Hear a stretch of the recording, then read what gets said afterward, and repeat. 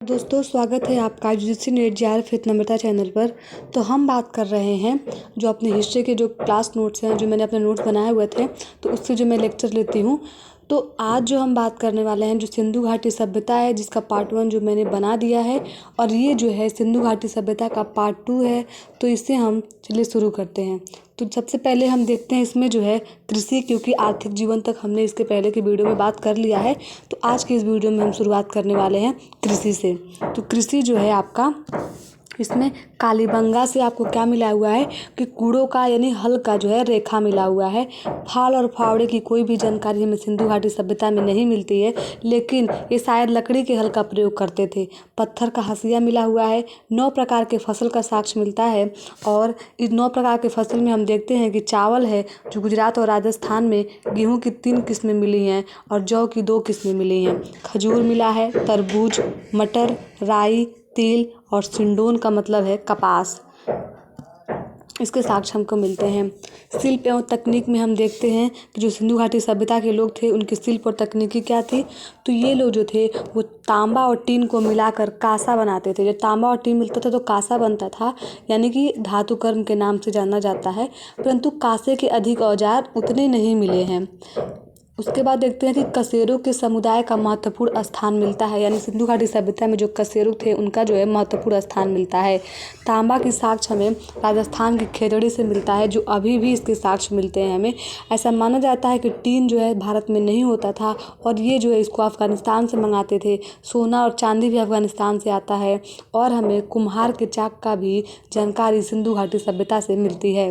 तकनीकी जो क्या थी, किस किस तकनीकी का प्रयोग करते थे, तो ये जो है जो हमारा लॉस्ट वैक्स तकनीकी है उसका प्रयोग करते थे। ये शायर पेड्रोदिक तकनीक का प्रयोग करते थे, और पिंच प्रेशर तकनीक का प्रयोग करते थे। अपने शिल्प और तकनीकी जो भी औजार बनाते थे उसके यूज में ये इस तकनीकी का यूज करके उसका निर्माण करते थे। धातु का प्लेट मिला हुआ है जिस पर डिजाइन की हुई है, जिसमें काटा लिया हुआ वस्तुकला जो है देखने को मिलता है। अब हम बात करते हैं कि सिंधु घाटी सभ्यता के जो लोग थे उनकी लिपि क्या है। तो लिपि जो है उनका ये वर्ण प्रकट करने की एक तरीके की लिपि थी, जिसमें शब्द है और वाक्य हैं। लेकिन ये जो है चित्रात्मक लिपि है, यानी कि जो ये चीज़ लिखी गई है उसमें चित्रों का प्रयोग सबसे ज़्यादा किया गया है।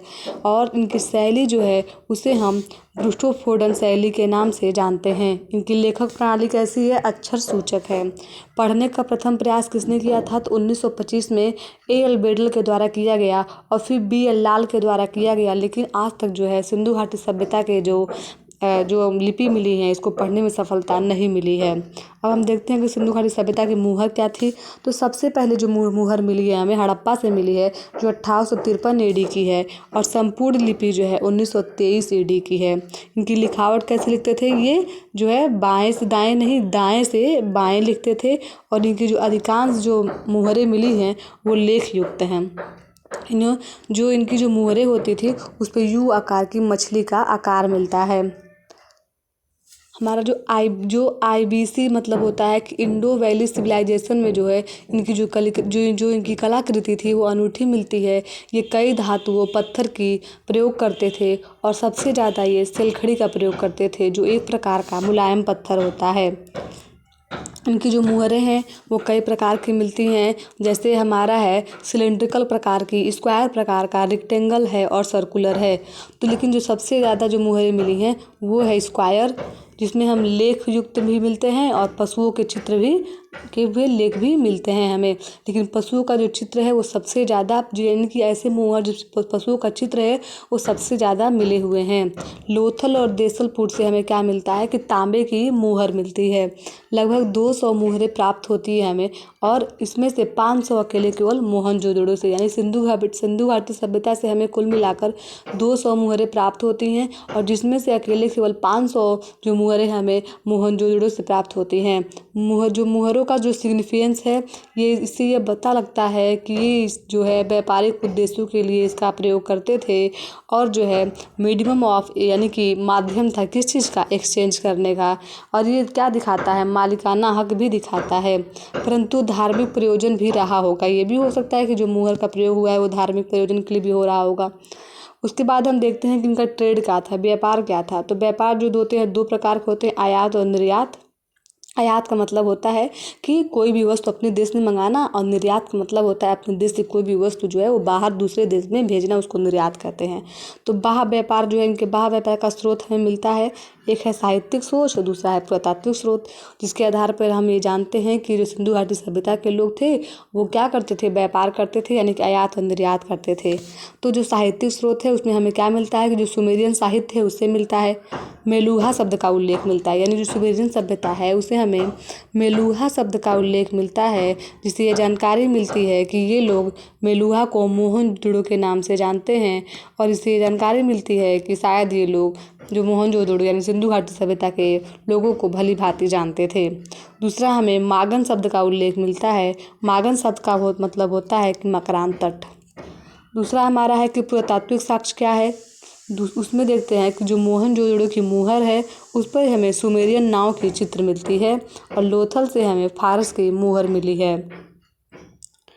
अब देखेंगे कि आयात ये लोग क्या करते थे और कहाँ से करते थे। तो ये जो टीन जो है वो ईरान और अफ़गानिस्तान से मंगाते थे, लाजवर्द जो मणि है वो अफ़गानिस्तान के बदखसा प्रांत से मंगाते थे, चांदी जो है ईरान और अफ़गानिस्तान से, और फिरोजा जो है वो ईरान से मंगाते थे। और निर्यात ये लोग क्या क्या करते थे, तो खाद्य वस्तुएं, कपास और टेराकोटा की जो बर्तनें हैं इसका जो है वो लोग निर्यात करते थे, यानी सिंधु घाटी सभ्यता के लोग निर्यात करते थे।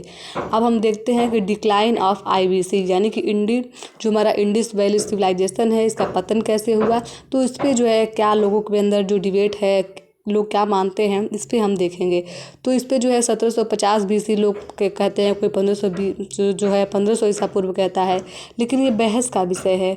बहस का विषय इसलिए है कि ये कब आखिर इसका पतन हुआ था, ये अभी जो है पूर्ण रूप से एक थ्योरी पे लोग नहीं इस पे आ सकते हैं, नहीं मानते हैं। तो इसमें हम देखते हैं दो तरह के लोग हैं, जो एक लोग कहते हैं कि इनका अचानक पतन हो गया, और दूसरे जो हैं मानने वाले वो कहते हैं कि इसका पतन धीरे धीरे हुआ होगा। जो अचानक पतन को मानने वाले हैं उसमें हमारे आते हैं चाइल्ड, व्हीलर, पिगट। ये जो कहते हैं कि बाह्य आक्रमण हुआ, इनका मानना है कि जो इनके बाद के जो ऋग्वैदिक काल यानी कि जो वैदिक काल के जो लोग थे उनका इन्वेजन होता है और आक्रमण करते हैं और इनका समूल नष्ट कर देते हैं। इन लोगों का मानना ये था। उसके बाद मार्शल और मैके और राव जो हैं वो कहते हैं कि बाढ़ आ गया और उस बाढ़ की वजह से सिंधु घाटी सभ्यता का पतन हो गया। जो कैनेडी हैं वो कहते हैं कि प्राकृतिक आपदा आई, जैसे कि मलेरिया, उसमें सारे लोग ख़त्म हो गए। माधु स्वरूप वस्त हैं और लैम्ब्रिक हैं, ये कहते हैं कि प्लेट टेक्टोनिक की घटना हुई और सारे लोग ख़त्म हो गए।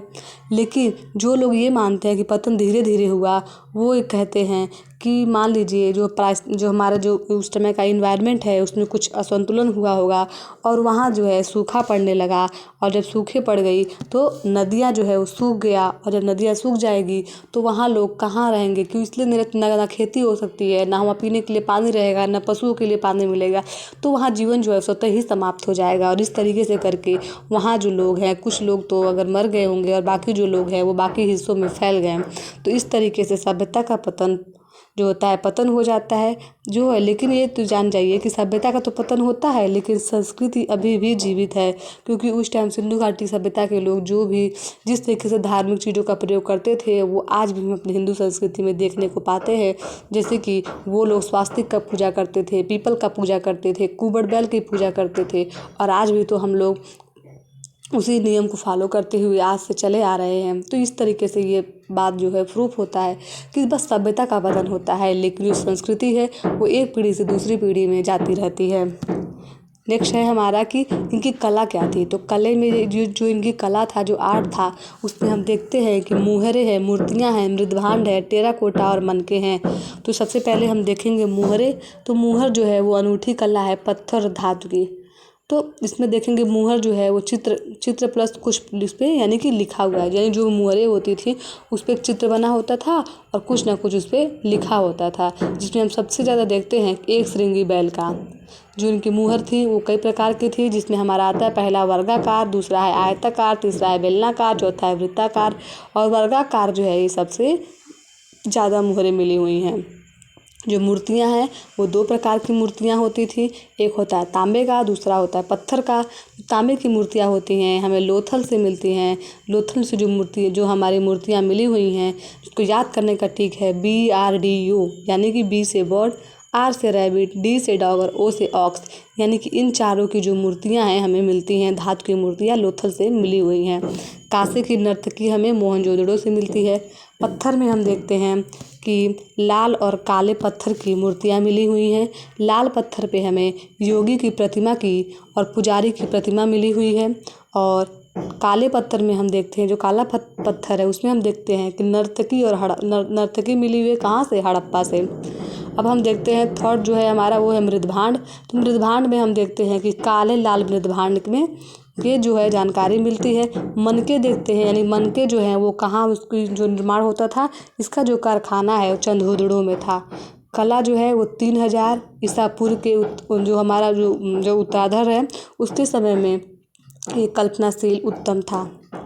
अब हम देखते हैं कि सिंधु घाटी सभ्यता के लोग का जो बाह्य व्यापार था उसका स्रोत क्या था। तो जो बाह्य व्यापार था उनके स्रोत हमें सुमेरियन सभ्यता से मिलती है, यानी कि मेलुहा मोहनजोदड़ो के नाम से, और जो मागन है मकरान तट से जानकारी मिलती है।